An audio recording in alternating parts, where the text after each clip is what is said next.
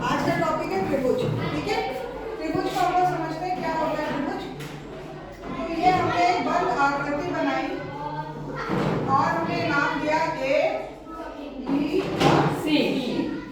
तो भुजा A B, इसकी त्रिभुज के क्या गुण है कि इसमें तीन भुजाएं होती हैं।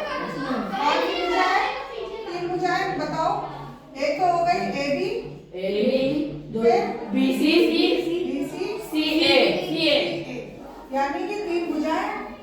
अब तीन शीर्ष है, ये हमारी थी भुजा और तीन शीर्ष। शीर्ष यानी कि ऊपर वाला एरिया। अगर हम उधर देखें तो एक इधर ये ए शीर्ष है हमारा, और कौन है शीर्ष है बी और सी, यानी इसमें तीन शीर्ष है। ठीक है, ए बी सी हमारे शीर्ष है, तीन भुजाएं। अब तीन कोण भी है, एक कोण ए है, एक कोण बी है और एक कोण सी है। तो तीन कोण होते हैं। तो अगर कोई पूछे त्रिभुज के अवयव बताओ, त्रिभुज में क्या क्या होता है, तो त्रिभुज के तीन अवयव होते हैं। तीन भुजाएं होती हैं, तीन शीर्ष है और तीन कोण है। और इस तरह से बंद आकृति को हम त्रिभुज कहते हैं। क्या समझ में आ गया? अब त्रिभुज को कोण के हिसाब से और भुजाओं के हिसाब से बांटा जाता है। और अब त्रिभुज को बांटा गया है दो तरीके से, एक भुजाएं के हिसाब से और एक कोण के हिसाब से। चलो भुजा समझते हैं। तीनों भुजाएं बराबर ए बी और सी। ए बी बराबर है बी सी के और बी सी बराबर है सी ए। तीनों भुजाएं आपस में बराबर है। तो कौन सा त्रिभुज हो जाएगा ये? समबाहु। बाहु माने होता है भुजा। ठीक है, सम मतलब समान। तो जिसकी तीनों भुजाएं समान समबाहु। अब क्या हुआ, हमने कहा ये तो जी 4 सेंटीमीटर है, ये भी 4 सेंटीमीटर है, लेकिन ये 5 सेंटीमीटर है। तो मैम जी ये हो जाएगा विषमबाहु। अच्छा, दो भुजाएं समान, दो भुजाएं समान है तो दो भुजाएं समान तो सम तो हो ही गया, लेकिन कितनी? दो। दो को द्विविधिया समद्विबाहु।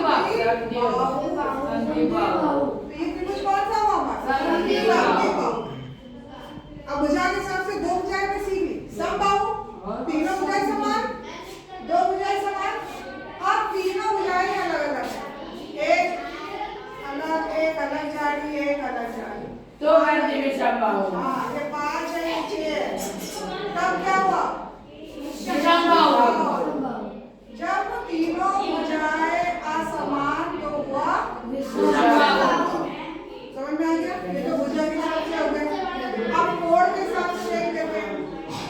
कोण के हिसाब से अगर बीच में 90 डिग्री का कोण है, 90 डिग्री का कोण है तो वो है समकोण। 90 डिग्री अपनी ऐसे करो कलाई से हम लोग सीधे 90 डिग्री है ना? तो ये समकोण है। अब थोड़ा सा आगे झुका दिया, 90 से ज्यादा है क्या? अधिक कोण है। तो 90 से ज्यादा अधिक कोण। 90 से ज्यादा हो गया हमारा अधिक कोण। और अगर हमने अंदर ले लिया न्यून कोण, न्यून कोण।